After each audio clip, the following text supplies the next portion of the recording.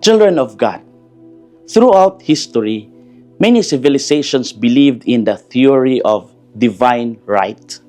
The idea that kings ruled because they were chosen directly by God and therefore could not be questioned.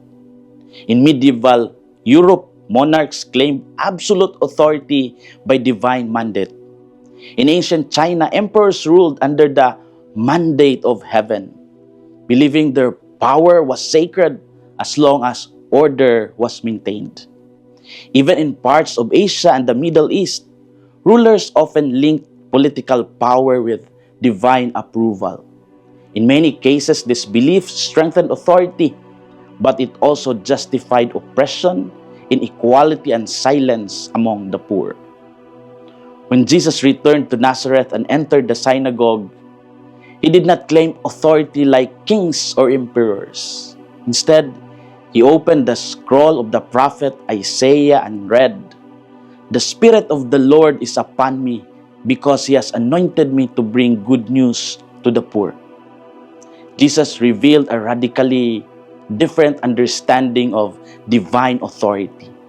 Not one that dominates, but one that serves, heals, and restores dignity.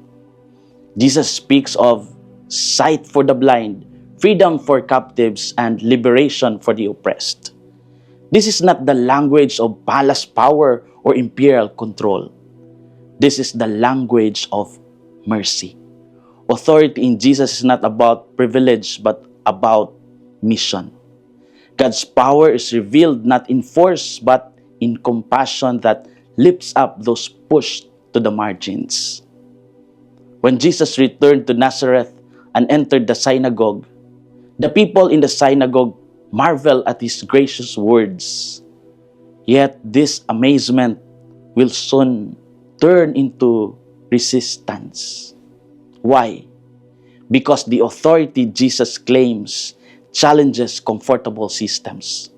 Divine power that liberates the poor and settles injustice is often harder to accept than authority that simply maintains order. Children of God, Jesus shows us that true divine authority does not silence consciences or protect the powerful.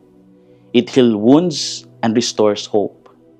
As followers of Christ, we are invited to mirror this authority, not by control, but by service, not by domination, but by love. This is Father Felmar, SVD, your Good News caster from Radio Veritas Asia, the voice of Asian Christianity. May the Almighty God bless you, the Father, the Son, and the Holy Spirit. Amen. Thank you for watching and listening. Stay inspired every day with our daily reflections. Be part of our growing online community of faith and inspiration. Don't miss a single reflection.